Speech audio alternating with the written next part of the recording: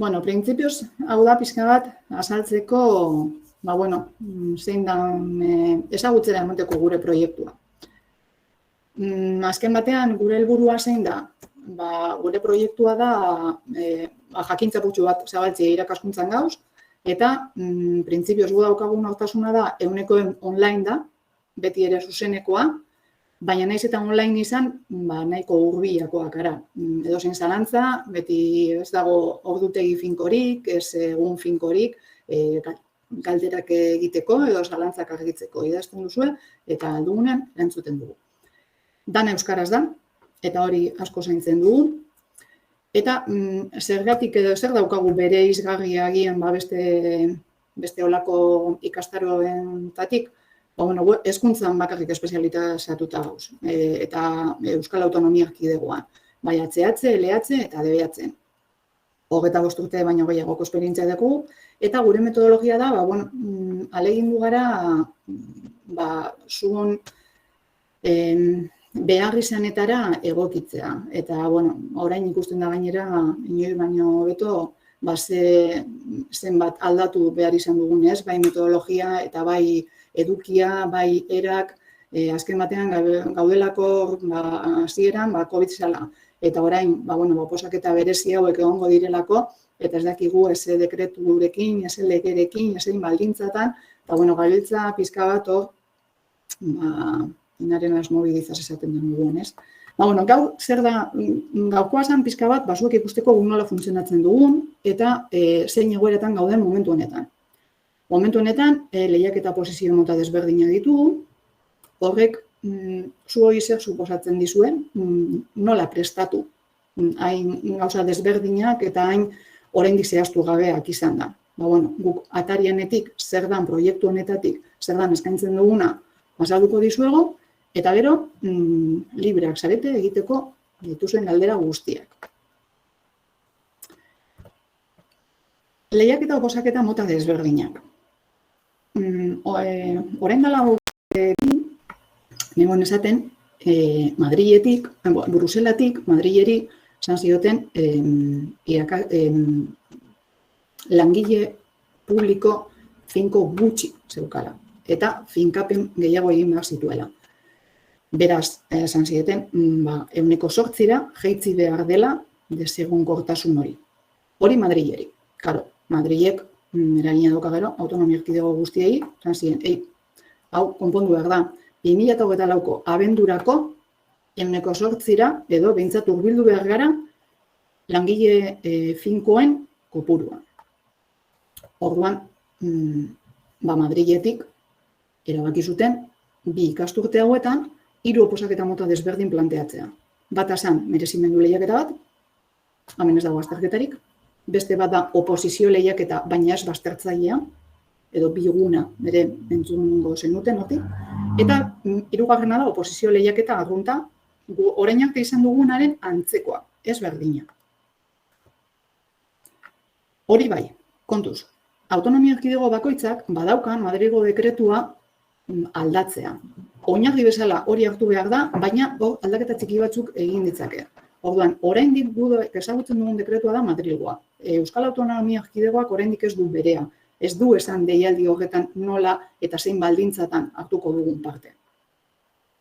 Beraz, hemen agertzen dana da Madrilgo errege dekretu horretan agertzen den edo oinarriz izango duguna.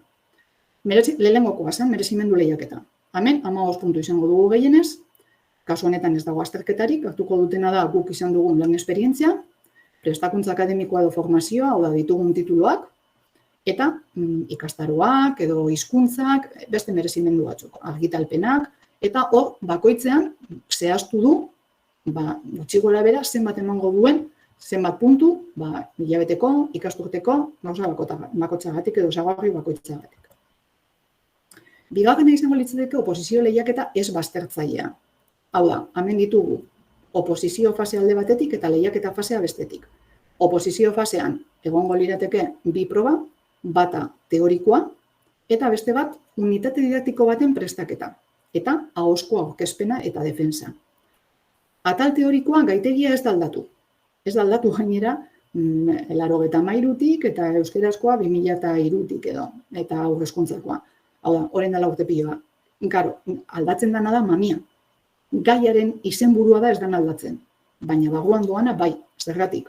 Lege aldatzen bada, baguan doana aldatzen delako. Ikasleen garapena ez da aldatuko.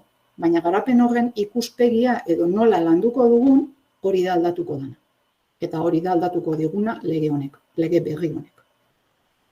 Oposizio fase honek, bi proba hauek, A eta Bek, 160 balioko lukete. Eta lehiaketa faseak 120. Atal teorikoan, zuen kasuan, ACH eta LH-ko espezialitateetan 25 gai dituzue. Beraz, 3 gairen artean, hau da, 3 bolatxo ateratzen dituzte eta 3 gairen artean aukeratuko zenukete zuok. LH-ko orokorrean, 31 gai dira, eta hor 4 gairen artean aukeratuko litzateke. Eta adibidez DBH-en, gehienok 50 baino gehiago gai kopurua daukagunok, 5 gairen artean aukeratu beharko litzateke. Eta gero unitate didaktiko bat. Orain arte programazio oso bat prestatu bazan eta BH unitate didaktiko. Orain unitate didaktiko bat, hori bai. Ez dakigu unitate didaktiko horrek zezaguarri izan beharko dituen.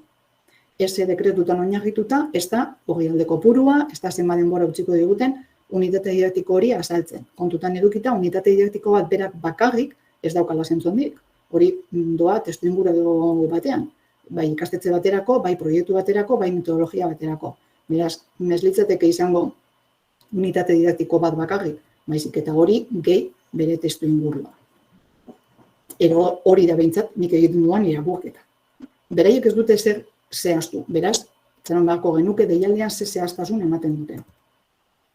Eta gero, lehiaketa fasean, izango litzateke, aurrekoan merezimenduan azana, kasu honetan 40 balioko duena, 10 puntu gehienez, eta lan esperientzia 7 puntu, gero zehaztu beharko litzateke lan esperientzia, kontzertatuan lan egitearen publikoan, gorputz berdinean, espezialitate berdinean, hori oraindik zehazteke da.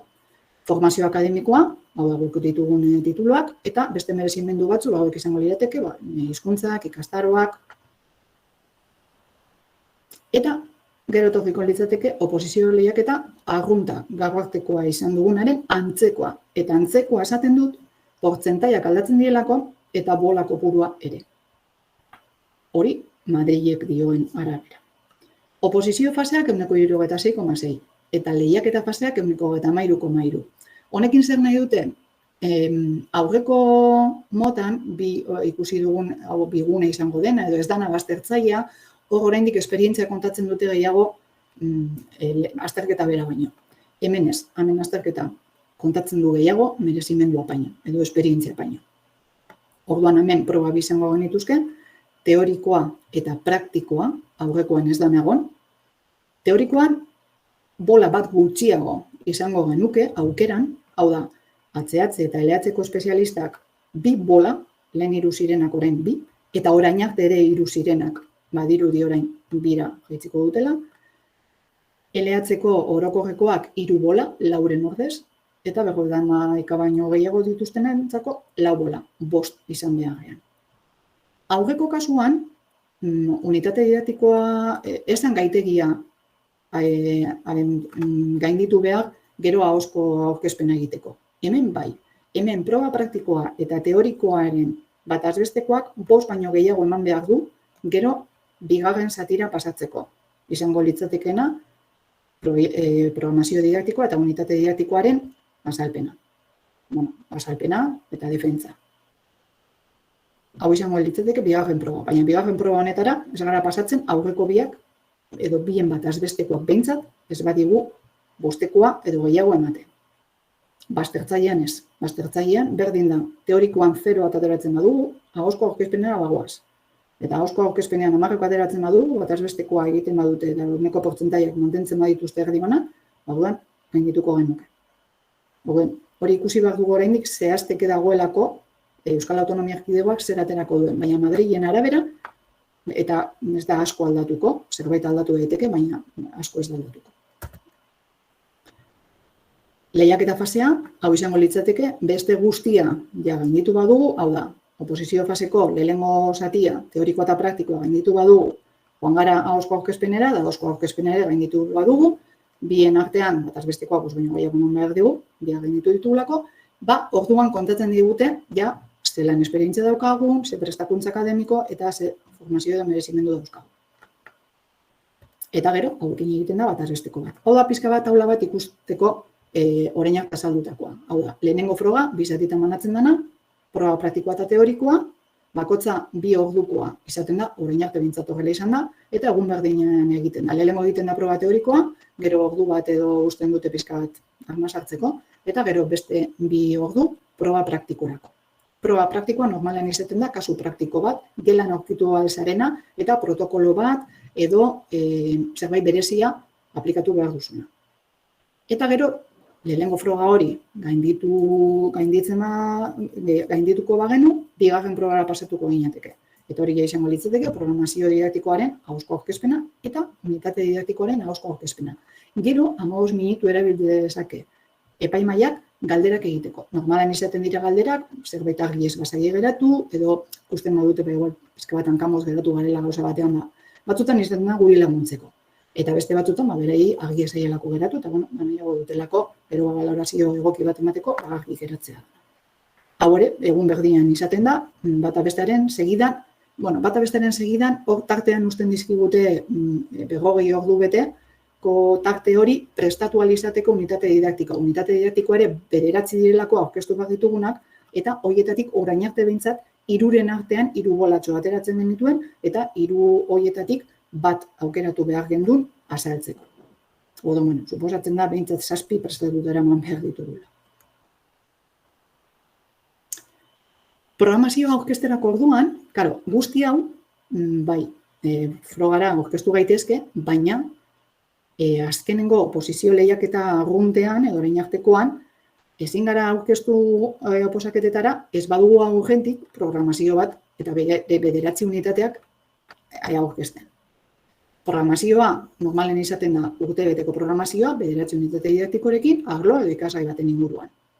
Hau hezkuntzan, izan daiteke eremu bat, 2 edo 3, orain dekretu berriarekin 3 eremu daudelako, 2 eduki beharrean. PTen kasuan edo pedagogia terapeutikoko espezialitatean, egin daiteke ATH edo LH-erako ikasturte baterako jarduera programa bat, edo hezkuntza premia bereziko ikasle baten edo ikastalde txiki batekin zer landuko den. Eta gero, entzumen eta hizkuntza espezialitatean, da pizka bat, PTen moduan egin daiteke jarduera programa bat ATH edo LH-erako, eta gero, hezkuntza premia bereziak dituzten, edo eta komunikazioarekin edo hizkuntzarekin zerikusia daukan, atzerapenen bat daukan ikasle baten premiak nola landuko dire. Beraz, hauek izango lirateke berezitasuna programazio didaktikoaren entregatu edo idatziz aurkeztu behar dugun horretan. Gero, egia da, idatziz aurkezten dugun hori, hau ere defendatu behar dugula. Programazio didaktiko honek, egia da, deialdi batetik eta bestera aldatzen joan direla. Aldatzen joan dira, guretzako onerako, gero eta baldintza gutxiago jarri dituztelako. Baina, normalean bai jartzen dutena izaten da horri kopurua. Hau da, 20 orrialde baino gutxiagoko programazioa ezin da izan, baina 60 baino gehiagokoa ez. Hori bai, hemen ez da sartzen, ez azala, ez bibliografia, ez da aurkibidea. Hau da, mamia dana, izan behar da, 20 eta 60 arteko programazio bat. Lehenengo gauza, holako programazio bat edo edozein dokumentu aurkezten dugunean, PDF-en, edo albada PDF-en, zergatik. Batzuetan, Word-ean, taulaketa erabiltzen ditugunean, gero, depende zelako programa daukagu, edo daukan, irekiko duenak dokumentu hori, batzuetan taulaketa mugitu egiten dira. Horregatik PDF-ean bidali behar da. Gainera, horrela, ziurtatzen dugu guk idatzitakoa inok ez duela aldatuko. Izan behar da, zentzua daukan programazio bat, kohesioa, lotura guztiak ondo eginda, kurrikulunareko elementu guztiak eduki behar ditu, irakurtzeko erraza, hau da ezin da ipini batzutan, orain dela 4 urte ipini zuten letra tamaina, zenbat arte, lego batetik eta bestera, azkenen moetan ez dute zer ipini. Baina ez ipini letra tamaina 10-ekoa eta tartea bakuna edo batekoa, gero hori ez dagoelako zuten irakurri. Ez diru esan, baina ikusten duzuen moduan, hemen PowerPointean ez da PowerPoint arrun bat. Hau da, letra asko dago. Badaude irudi batzuk, baina letra asko dago. Zergatik, Erakutsi nahi nizuelako nolakoak izango diren aurkezpenetako PowerPointak. Aurkezpenetako PowerPointak izango dira honelakoak. Zergatik, gure aurkezpenak direlako gure apunteak. Bueno, nire aurkezpenak dira zuen apunteak. Oda, hemen agertuko zaizue, azaltzen den guztia edo gehiago. Horrela, edozein momentutan, zuek izateko eskura. Horregatik daukal hainbesteko letra. Lehenengo proba, voltatzen gara oposaketetara. Lehenengo proba, 0 eta 10 artean, lehenengo zatia, A-zatia, sala proba praktikoa, kasu praktikoa, 160 balio du. Eta teorikoak 130. Egia da praktikoa zailagoa dela, baina teorikoak denbora gehiago ematen gaituela ikasteko. Eta balioa, portzentai horietan kontatu dute, orain arte. Bai batan eta bai bestean, 125ko portzentaia bat, hau da, 10-etik 2,5 atera behar dugu, bataz bestekoa egin alizateko beste zatiarekin. Hori bai, 2,5 ematen badigute bietan, bai, baina pizka bat, depende zeinetan ematen digun, hau da, gero egin behar dugu, 2,5 hori bidea 0,3 eta bidea 0,6. Beraz, 2,5 ematen badigu, hori biliko ginateke. Baina, hau da, ez da bosteko atera behar A-zatian edo B-zatian. 2,5ekin nahiko izango litzateke. Bataz bestekoa beti ere bost edo gehiago da. Bigarren proban, hau da, ahozko aurkezpenean, lehenengo zatia, programazio didaktikoaren aurkezpena izango litzateke 150 balioko luke, eta unitate didaktikoaren aurkezpena 160. Hori bai, idazterakoan aurkeztu dugun programazioak ez badu betetzen beraiek jarritako baldintzak, azkenengoan zen, 160 orrialde eta 9 unitate didaktiko, hau da, gutxienez, 9 unitate didaktiko gutxienez, 10 badu, ondo dago. Baina 8 badauka, A-zatian 0 izango genuke. Beraz, oso garrantzitsua da, egiten dugun programazio hori, ikastaroan zehar egingo duguna, gero ondo entregatzea aurkeztu ahal izateko eta horbe puntuazio desente bat lortzeko. Eta berdin, bostekoa izan behar da, bien arteko, bataz besteko. Azken nota, bai, froga guztieta, hau da, lehiaketakoa eta, lehenengo zatikoa eta bigarren zatikoa, egiten da, bien arteko, bataz besteko aritmetiko. Eta gero, hori gainditzen bada, dator lehiaketa. Eta lehiaketa da merezimenduak. Azken batean hor kontutan hartuko dute esperientzia, ikusten zenuten, hasieran zen 10 puntu gehienez, gero 7 puntu, horrengotan 5 puntu da. Prestakuntza akademikoa hori joan da gehitzen. Esperientzia gutxitzen joan denean, kasu honetan, prestakuntza gehiago baloratuko dute oposizio mota honetan. Eta beste merezimendu batzuk ere, orain arte bat zana, orain 2 izango da. Honetan, oposizio faseak 166,6 balioko du eta lehiaketa faseak 133. Hau da, azterketak balioko dute eta froga guztiak balioko dute 166,6 eta merezimenduak eta gure titulak eta esperientzia 133,3. Hau da, gutxi gora bera, orain arte azaldutakoa, laburtuz. 2 proba, oposizio fasean, bakoitza 2 zatikoa, teorikoa eta praktikoa lehenengokoa, eta programazio didaktikoa eta unitate didaktikoaren aurkezpena bigarrenean.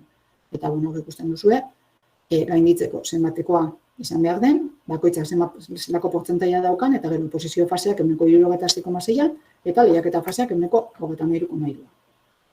Hemen, lehiaketa fasean, zehazteke, egongo litzateke, aldez aurreko irakaskuntza esperientziak, hau da, gehienez 5 puntu ematen duten hori, nola, hau da, kontzertatuan lan egiteagatik, publikoan lan egiteagatik, gorputz berdinen lan egiteagatik, zenbat ematen duten, urteko, hilabeteko edo, zebaldintzatan lortu genitzakeen 5 puntu horiek. Berriro azpimarratu nahi dut. Hau da, Madrilgoa, da, errege dekretua. Oraindik ez dakigu Euskal Autonomia Erkidegoak zer da, zebaldintzatan aterako dituen. 3 oposizioak eta oposizio mota egongo direla, edo lehiak eta oposizio mota egongo direla, hori ziur. Baina bakoitzak izango dituen baldintzak, horiek da, oraindik ez dakizkigunak zehatz-mehatz. Beraz, aldatu daitezke. Gero, orain arte, epaimaiak izan dituen irizpideak, hemen batzuk jarri ditugu, ez ditut irakurriko, zergatik, azken batean nahiago dudalako beste gauza batzutan zentratu eta gero zuen zalantzak eta argitu, eta PowerPoint hau bidaliko zaizue guztioi, Eta hor izango duzu, edozein momentutan begiratzeko. Baina, bueno, gauza logikoak dira. Azken batean, hizkuntza gaitasuna, euskeraz ortografia 0 akatz. Berezko terminologia pedagogikoa erabiltzea, azalpenak argiak izatea, sintasia, gramatika, hau da, hizkuntzari dagokiona, zuzentasuna, ahalik eta handiena. Planteamenduaren originaltasuna, leku guztietan baloratuko dute, froga guztietan. Dibertsitateari arreta eskaintzea, eta gero, metodologia lortzeko ildo estrategiko desberdinak erabiltzea, denbora ondo kudeatzea, lana ondo antolatzea, laburpenak edo sintetizatuta jartzea esaldi batzuk, jartzea pedagogo batzuen epigrafeak, hau da, hainbat irizpide egon daitezke. Bai teorikoan, bai praktikoan batez be kompetentzietan eta kompetentziak garatzeko zuzenduta egotea, autonomia lantzea, metodologia espezifikoak erabiltzea, ikasgai batzuk edo arlo batzuk badituzte metodologia espezifikoak, teknologia berriak, hori bai edo bai egon behar dira sartunda, beraz, hor badaude irizpide batzuk kontutan hartuko dituztenak, batzuk pisu gehiagorekin beste batzuk baina. Ikusten duzue, sormena eta originaltasuna guztietan agertuko dela. Proba teorikoa ez da bakarrik nik gai honen inguruan dakitau, eta soltatzen dut hori, ez baditu bere atalak, eta atal guztiak izan behar ditu. Eta hori ere landuko dugu, azken batean, zer dan, nola egin behar dugun proba teorikoa.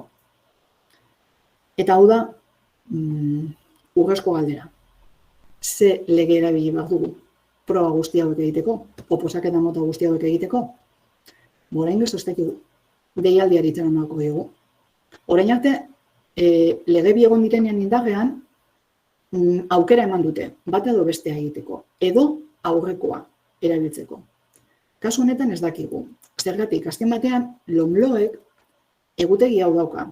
Ezartzerako orduan, datorren ikasturtean, atzeatzen adibidez, etapa osoan eserriko da. Hau da, ez da ja, 2017/2015 dekretua eziberri, ez da ja, indarrean egongo. Zer gertatzen da, oraindik ez dagoela argitaratuta dekretua.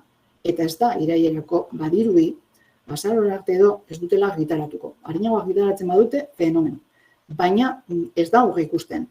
Orduan, galdetu dut, honetan da bizenak, badaude batzuk kurrikuluma garatzen daudenak, eta hori galdetuta erantzuna izan da, beste argitaratu arte, egongo dela indarrean, orain daukaguna.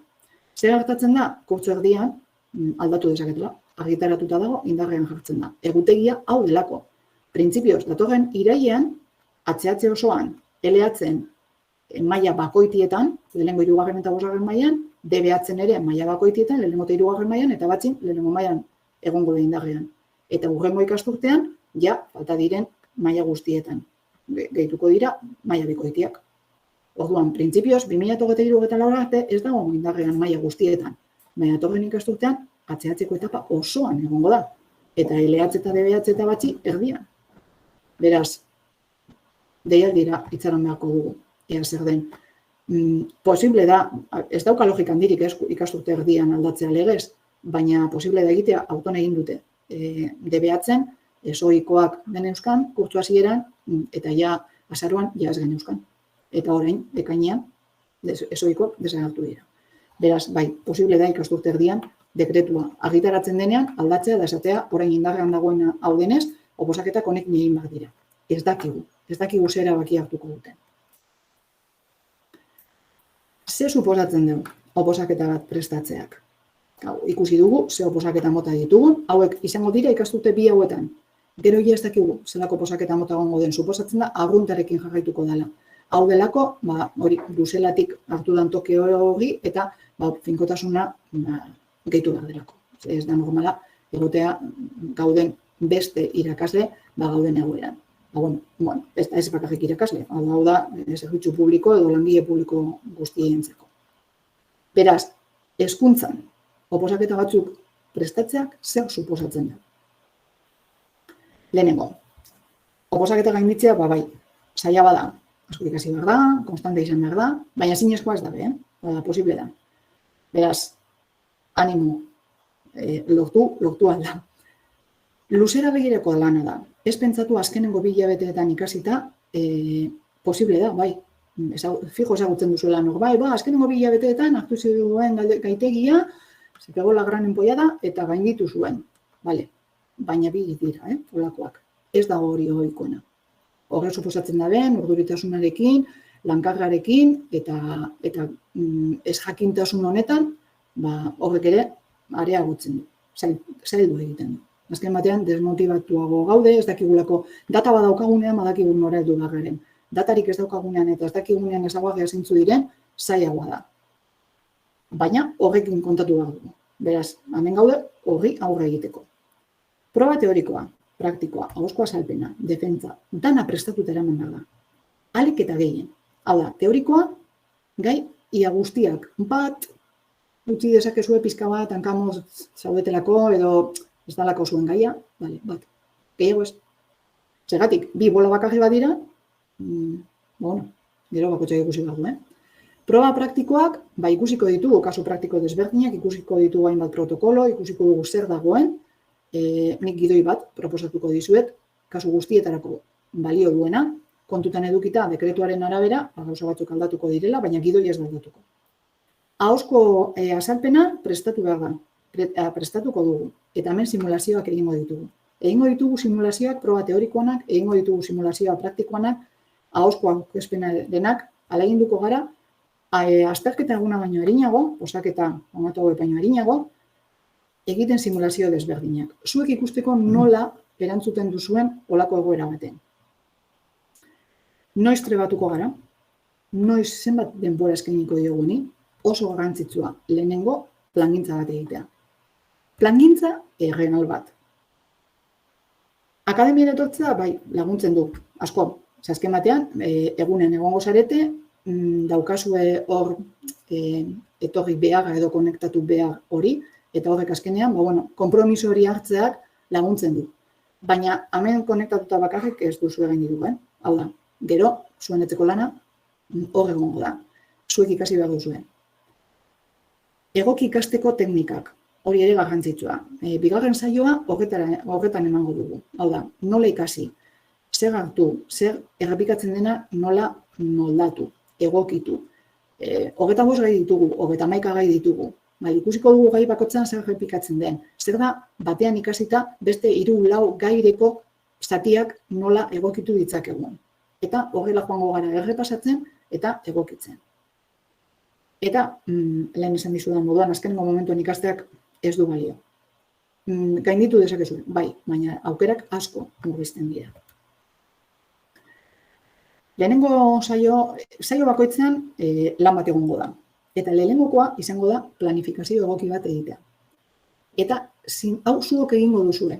Eta azkenean, zuek zuen buruari zintzotasunez erantzun bagiozu. Zenbat ordu dekotez ikasteko? Zenbat ordu eskaini aldizkiot oposaketen prestaketei. Asteroko helburua zeintzu diren. Gero, joango gara berrikusten helburu hauek betetzen dabiltzan edo egokitu behar dugun plangintza. Ze posible da egokitu behar izatea. Zenbat egun ditut ikasteko?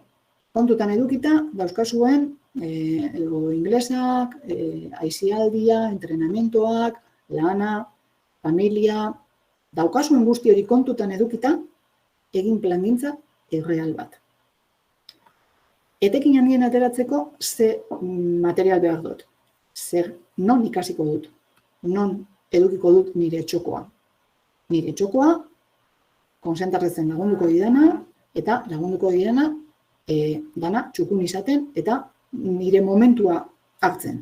Ez da zenbat, baizik eta nola. Beraz, zek gehituko du oposaketa gainditzeko aukera? Akademiako informazioa, egunean egongo zaretelako, modu egokian ikastea, nagitasunari hau egitea, batzuetan, eske gaur, nago supernekatuta, biharko utxiko dut. Kontuz, biharko hori berdin da, eseri. Ordu bateko horretatik, 20 minutu behintzat aprobetsugarriak badira, 20 minutu horiek hartu dituzuenak. Ekinak izatea, konstanteak izatea. Batzuetan gogo gehiagorekin edo gutxiagorekin, baina konstanteak izatea. plangintza erreala egin eta errespetatzea. Eta behar denean egokitzea, batzuetan, suertatzen zaigu, espero ez ditugun bete beharrak, edo badaude garai batzuk, ebaluazioekin gabiltzalako, edo, familian zerbait gertatu zaigulako eta beste zerbateri arreta eman behar izan diogulako, ez da ezer gertatzen, holako da bizitza. Plangintza berrikusi eta moldatu daiteke. Ikasten dugunez hasteko teknikak, nola ikasi? Birpasatu, noiz birpasatu, eskemak egin, nola egin. Animo ez galtzea, urte hauetan oso zaila izan dena. Batez ere, ez jakintasunak puztuten garenean, desinflatzen nahi duelako. Beraz, aurrera bota behar dugu, pazientzia egin, eta gutxika. Ikasturte oso daukagu. Beraz, denbora zabiltzen. Gauza garrantzitsua, toki bat, esan dizuet, gure txokoa izan behar dugu. Ikasteko toki atsegin bat. Alik eta zarata gitzien daukaguna, edo laguntzen diguna behintzat, inguruko zarata hori ez entzuten. Entzuten kakotxartean. Mugikorra, geratik kanpo. Izaten delako, distrakzio izaten delako. Berriro errepikatzen dut, ez da ikasten dugun denbora, baizik eta nola ikasten dugun. Ikasten dugun denbora hori egoki erabiltzea. Arreta galtzen dugunean, eta batzutan izaten da mugikorra, beste batzutan izaten da, hori inguruan, seme-alabaren daukagu, horrek ere batzutan, eta hori ja ezin dugu ekiditu, aurkitzen badugu tokiren bat, lasaiago gaitezkeena, aprobetxatuko dugu. Zergatik, azken batean gu konzentratuta da baudenean, ondo ikasten dugu. Baina konzentrazio galtzen dugun bakoitzean, ikusten duzu hemen nola doan jeisten, hau da konzentrazio maila. Eta konzentrazioa galtzen dugunean, berriro ere arreta mantentzea eta berriro ere unean konzentratzea gero da zailagoa da. Horregatik toki egokia bilatzearen arrazoia. Erreala esaten dizuen, lehentasunak ezagri. Autoan lehentasuna izango da, oposaketa gainditzea. Beraz, hori eman beharko diozue, eta kendu beharko diozue agian, bakoitza ikusi behar duen, bakoitzaren egoera, oso berezia da horregatik plangintza zuok egin behar duzue, eta ez dago plangintza bat hobea edo txarragoa zuen da. Eta zuek egokitu behar duzue, zuen behar izanetara, lehentasunetara, eta dauzkazuen zailtasunetara ere. Beraz, antolatu behar dugu, gai bakoitzan noiz ikasiko dugun, noiz errepastuko dugun, kasu praktikoak nola egingo ditugun, programazioko atalak, klaseak daude pentsatuta egitea programazioko atal zati bat, eta gero izango duzue ordu erdi, 20 minutu programazioko atal hori idazten hasteko. Batzuetan, laburra bada, ereduak ere izango dituzue, laster egingo duzue, baina agian ez duzue bukatzen, bukatu beharko duzue. Oso zorrotze izaten naiz epeekin. Nik lanak ipintzen ditudanean epe batekin doaz. Eta alegindu epe horiek mantentzen. Zergatik, epeak ez dituzue betetzen, lan atzeratzen joango delako. Eta gero batuko zarete lan guztiekin. Beraz, horretan nahiko pelma izango naz. Epeekin. Unitateak noiz garatuko ditugu, azken batean programazioa doa mosorik, baina gero, behatzi unitate egin bat ditugu. Orain arte behintzat behatzi zire. Gero erakutsiko dizkizuet ze plataforma edo ze aplikazio erabiliko ditugu. Eta horietariko bada kalendar. Kalendar edo kalendario bat zuek erabiltzen duzuena. Eta hor jarri. Plangintza hori hor jarri. Eta hor ikusiko duzu egun bakoitzan zer daukazuen, zer ez daukazuen. Horrek gainera, gero egokitzeko ere aukera ematen dizuen. Beraz, bidea luzea. Egiten da urtea luze. Gora berak asko. Eta batzuetan, handiagoa beste batzuetan baino ez jakintasunak, malda asko igotzen du. Baina gero dakigunean zer eskatzen diguten ere, jaitsi egiten gara, eta berriro hartzen dugu martza. Lana eginda, azkenen emaitza zuen esku dago. Nik lagundu aldizuet, baina emaitza zuen esku dago. Hori argi eduki behar duzuen. Beraz, ikusita ze suposatzen duen oposaketa bat prestatzeak, gure eskaintza zein da. Gure helburuak dira. Karo, ez dakigu ze legetan egongo den. Printzipioz, zaga eta lege berria biak landuko ditugu. Batez ere, lege berria azpimarratuko dugu. Baina, izango duzuen material guztietan biak agertuko dira. Gaien azalpena, programazio didaktikoak osatzen laguntzea eta zuzentzea, garrantzitsuena igual da zuzentzea, azken batean egiten dugunean programazio bat edo unitate didaktiko bat ez dakik ondo egiten gauden.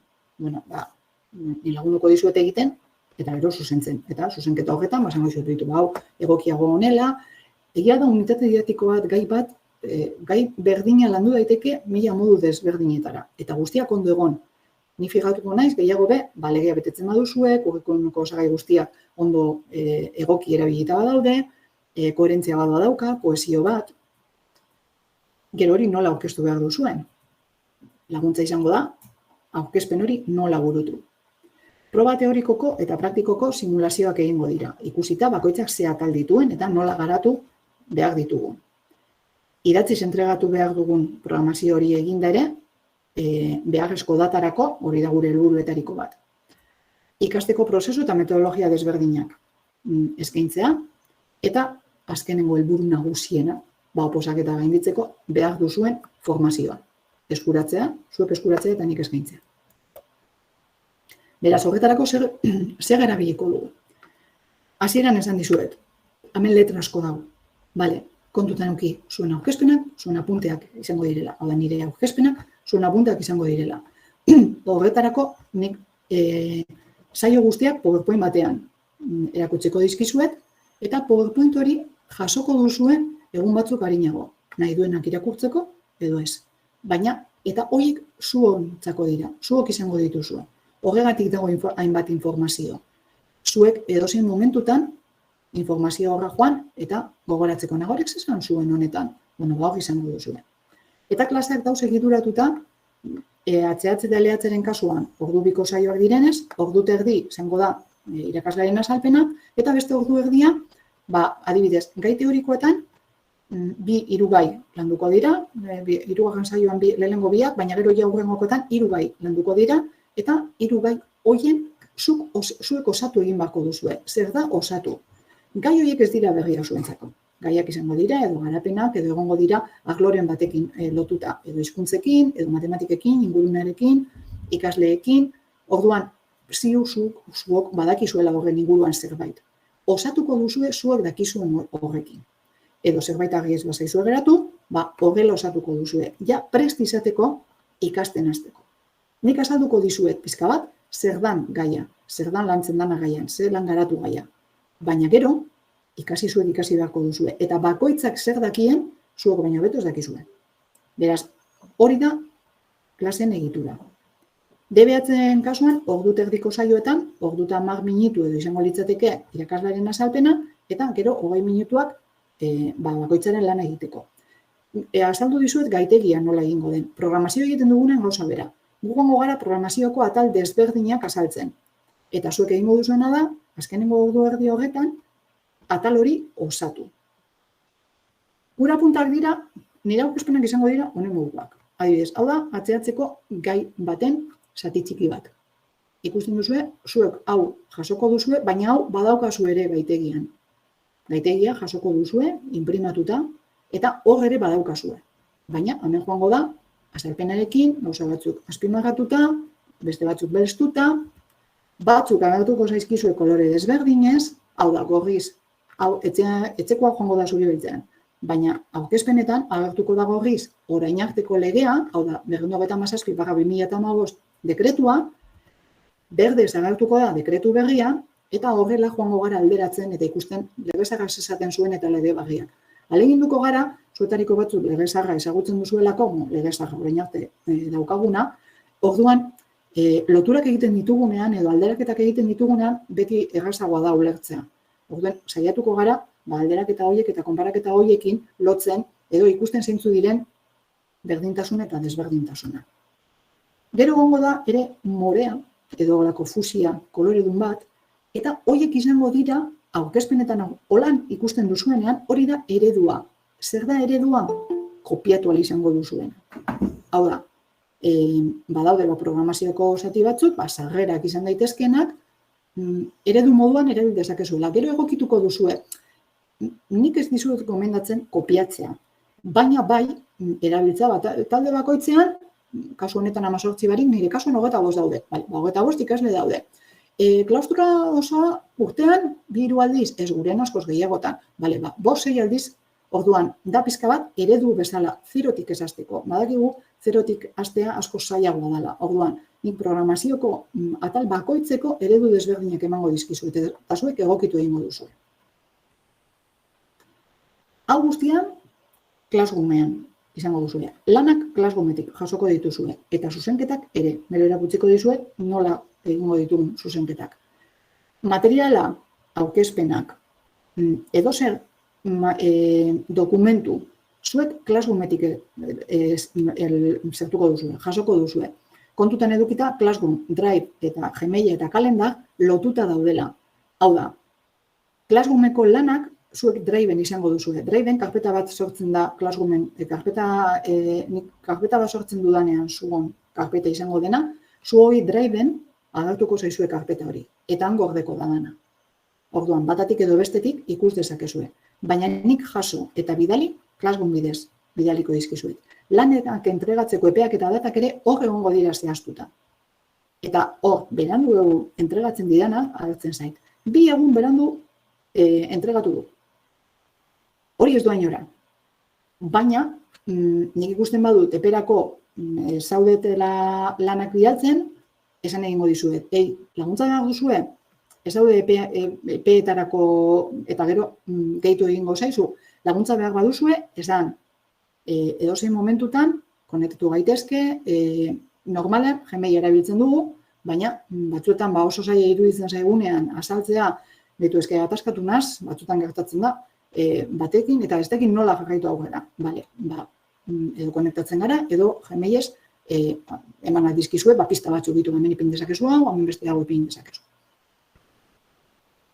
Zuzenketan, nik zuen lanak ez ditut ikutzen. Zuen lanak zuonak dira. Nik emango dizkizuet, gomendioak, zuzenketak, aholkuak, eta dana joango dira iruzkinekin. Hau da, pantailazo bat hartu dudana, Classroomean, ikasle baten lana, bere 9. unitate didaktikoa zen, hor ikusten duzue iruzkinak, iruzkin hauek dira nik idatziko ditudanak. Batzutan agertuko dira gehiago, beste batzutan gutxiago. Eta hemen, orokorrean nola egon den lana.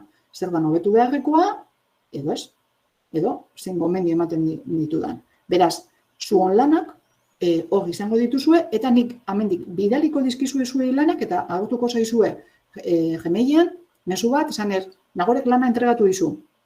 Horra sartzen zaretenean ikusiko duzue nik egindako iruzkinak, eta iruzkin horiek zuzendu ditzakezue, eta zalantzarik geratzen bazaizue, berriro hor bertan idaz dezakezue. Nagore, hemen esaten didazu hau eta hau, baina ez dut ulertzen zer dan galdetz esaten didazuna, edo ez dakit hau nola konpondu. Niri helduko zait mezu hori, eta nik erantzungo dizuet berriro. Gmail erabiliko dugu edozein zalantza, edozein momentutan idazteko. Lanak entregatu Classroometik. Zergatik Classroometik horrek zuoi zein niri, zuzenean mezu bat helduko zaidalako, entregatu du lana. Gmailean, hainbeste mezurekin, hor behan geratzen bada, bera heltzen naizenerako, ja denbora asko pasatu da. Orduan, alegintzen naiz, ahalik eta arinen zuzentzen lanak, ahalik eta arinen ere erantzuten zalantzak. Baina, horregatik, hobeto da lanak Classroometik bidaltzea, eta zalantzak Gmailetik, eta horrela ez da kolapsatzen ez bata ez bestea.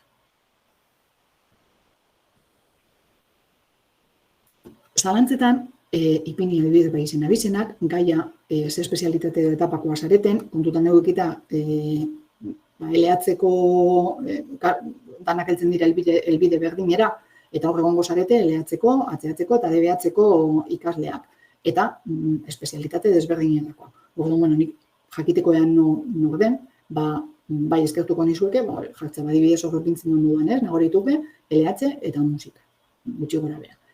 Batzuetan ikusten badut zalantza orokorrak direla, bagian ez dudalako ondo azaldu, edo ez dalako argi geratu, edo aldatu egin dalako, zalantza horiek klasean ere argituko ditut. Hau da, naiz eta banaka zuoi erantzun, ikusten badut zalantza orokorra dela, gelan berriro landuko da, gaia, edo zalantza. Zuzen berriro errepikatzen dut, Gmaila zuzenketak eta zalantzak argitzeko, edozein berri dagoenean, eta orain berri asko agertzen dira, posaketa motak oraindik zehaztu gabe daudelako, hortik helduko zaizue. Niri heltzen zaidanean berri bat guztioi bidaliko dizuet. Oposaketekin zerikusi badauka, Batzuetan zuek enteratzen zareteni baino arinago, eta zuek bidaltzen badidazue, nik berriro guztiei bidaliko diet. Orduan, hori bai eskertuko nizuet, zuek enteratzen bazarete zerbaitetaz, bidali, eta nik berbidaliko diet guztiei. Baina, alegintzen naiz, olako berriak edo hartzen ditudanean, edo jasatzen ditudanean, zuoi bidaltzen. Kalendar ere, batez ere, miteko gonbidapena jasotzeko, gure harremana behintzat aurpegiak ikusteko mit izango delako, lanak burutzeko datak ere hor sartu ditzakezue, plangintza ere hor sartu dezakezue, mit uste dut guztiok ere ezagutzen duzuela, hasteko erabiltzen zaudetelako, baina nahi baduzu gehiago sakondu, hor badaude tutorial batzuk, pixka bat gehiago sakontzeko, baina uste dut guztiok ezagutzen duzuela mit plataforma. Ezin dira grabatu, klaseak ezin dira grabatu eta ez dira grabatuko. Azken batean, edozein zalantza material guztia izango duzuen. Edozein zalantza argitzeko edozein momentutan idaz dezakezue. Beraz, printzipioz saioak ez dira grabatuko eta ezin dire grabatu. Gmaileko kontu bat eskatu zaizue guztioi, askotan Hotmail edo Yahoo edo beste helbide batzuk arazoak ematen dituztelako Googleeko aplikazio guztiagoekin. Guztiak konektatuta daudenez, batzutan igual Gmaila mezuak bidaltzen uzten dizkigu, baina gero Drivera sartzeko arazoak izan daten ditugu. Orduan horregatik guztioi eskatu zaizue Gmail kontu bat izatea.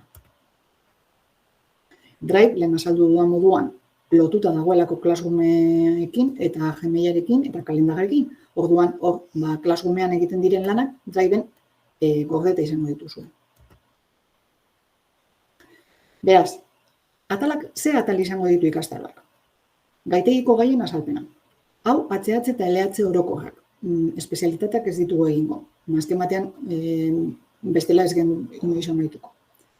Proba teorikoko atala zeintzu diren, proba teorikoko simulazio bat egingo dugu, hau da nik ipiniko dizkizuet bi bolatxo, eta esango dizuet, hau edo hau garatu.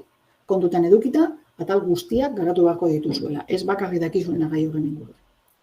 Programazio didaktikoaren azalpena, garapena eta zuzenketa, lege berrian oinarrituta, horrekin batera unitate didaktikoarena, ahozko aurkezpena prestatzea eta simulazioak egitea, kasu praktikoen azalpenak eta ereduak, eta proba praktikoen ereduaren azterketa eta simulazioa. Hau, bai egingo da, ACH eta LH espezialitate guztietan. Beraz, hauek danak egin dituguna da moduloetan banatu. Hau da, atal guztiak dituena, eta egin duguna da moduloetan banatu. Zergatik, batzuk 0-0-tik hasten zaretelako, beste batzuk zerbait badakizuelako, eta bakoitzaren beharrak bagian desberdina direlako.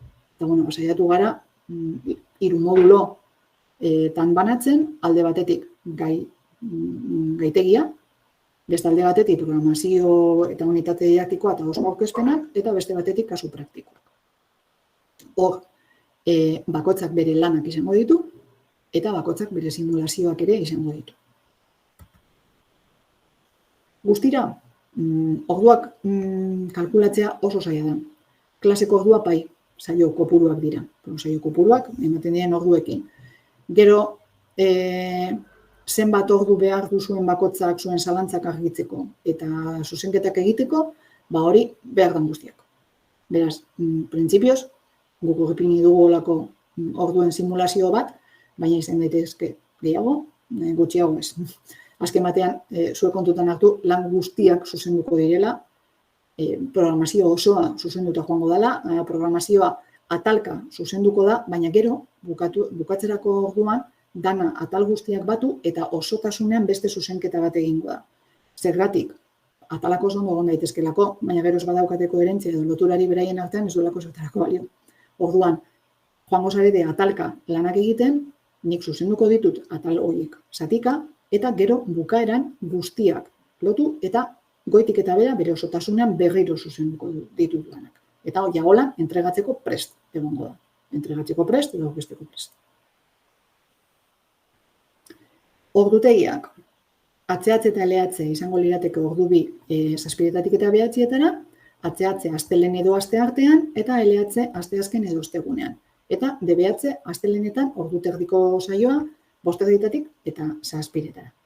Hasten gara irailaren 1 izango da lehenengo saioa. Hau danontzako izango da. Eta iraileko lehenengo astean hasten dira klaseak. Eta bukatu ekainean. Sartzeko saio guztiak kurtso osoa. Egongo gara gutxi gora bera, lehenengo 3 hilabetea, 4 hilabetea, abendura arte edo, gaitegiarekin, hor ondo sakondu, ondo prestatu ja ikasteko ondo, gero programazioa hasiko gara prestatzen, oaga. Ez dakigu deialdia noiz aterako den, eta ez dakigu noiz izango diren oposaketak. Beraz, egutegia moldatu daiteke, beti ere deialdia ateratzen denean ikusten badugu, adibidez, oposizio mota desberdinak egon garenean ikusten, hor proba ez baztertzailea, lehiaketa, oposizio lehiaketa ez baztertzailea, pentsatu jartzen dutela otsailean. Eta, prestatu behar dugu unitatea, bagian moldatu behar dugu, eta gaitegia pizka bat konprimidu, eta unitate didaktiko bat behintzat, eta horrek esan nahi du programazioko atal batzuk ere garatu behar direla. Orduan, hau da, egutegi bat, espero duguna mantentzea, baina ez dago gure esku mantentzea. Guk ikusiko dugu, moldatu behar bada, deialdiak esaten duenaren arabera, moldatu egingo dugu. Eta egokituko dugu, deialdi horietara, ahalik eta prestatuen joan alizateko. Informazio orokorra, nik uste dut guztiok jaso duzuela, baina jaso dezakezue, atarianinfo@gmail.com helbidera idazten baduzue, eta hemen klikatuz, joango zarete.